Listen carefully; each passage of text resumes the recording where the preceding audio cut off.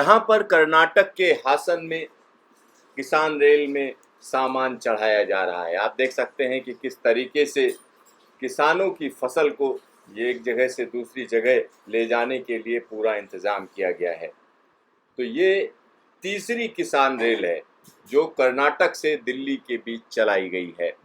ये ट्रेन किसानों के लिए वरदान साबित हो रही है। यहाँ पर आप देख सकते हैं कि किस तरीके से तमाम सामान, हम जिसमें कह सकते हैं कि फल, सब्जियाँ और साथ ही साथ इसके अलावा दूसरे प्रोडक्ट हैं। यहाँ पर आप देख सकते हैं कि किस तरीके से बेंगलोर से इसे रवाना किया गया और वो पूरी सेरेमनी रही। और यहाँ पर जो ट्रेन है, ट्रेन को आप देख सकते हैं क्योंकि ये ट्रेन पूरे इलाके के लिए वरदान साबित हो रही है। यहाँ पर आप समझ सकते हैं कि किस तरीके से इस ट्रेन में किसान फल और सब्जियां भेज रहे हैं। और ये देखिए ट्रेन अपनी स्पीड में आ रही है, निकल चुकी है और यहाँ पर देखिए किस तरीके से तेजी से आगे बढ़ती है। और इसका ठिकाना है दिल्ली का निजामुद्दीन, और दिल्ली के निजामुद्दीन पर इसका सारा सामान उतारा जाएगा। और इस ट्रेन की अगर हम बात करते हैं तो इस देश की तीसरी किसान रेल है और इसमें 30 टन वेजिटेबल्स और दूसरे एग्रीकल्चर प्रोड्यूस को बेंगलोर में चढ़ाया गया। और ये जो ट्रेन है ये तीसरी देश की किसान रेल है। इसके जो स्टॉपेज हैं वो हम कह सकते हैं मैसूरू, हासन और इसके अलावा तमाम और जगह हैं जैसे हुबली और बेलगावी।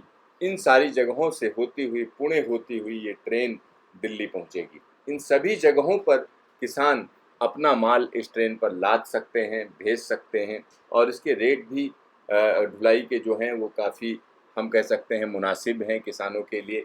यानी उनकी फसल अच्छे दामों पर बिक सके, ये सीधे सीधे मार्केट में पहुंच सके, इसलिए ये पूरा इंतज़ाम किया गया है।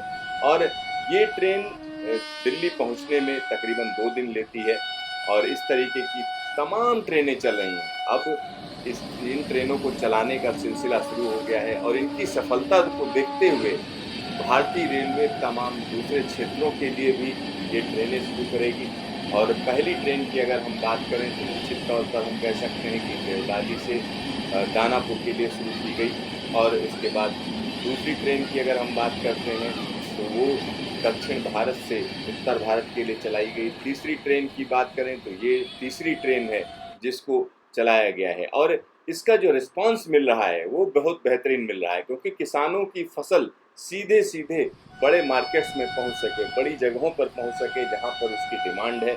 तो उसके लिए एक बड़ा कदम है ये, निश्चित तौर पर कहा जा सकता है। तो आप देखिए किस तरीके से स्पीड में ये ट्रेन आगे बढ़ती चली जा रही है।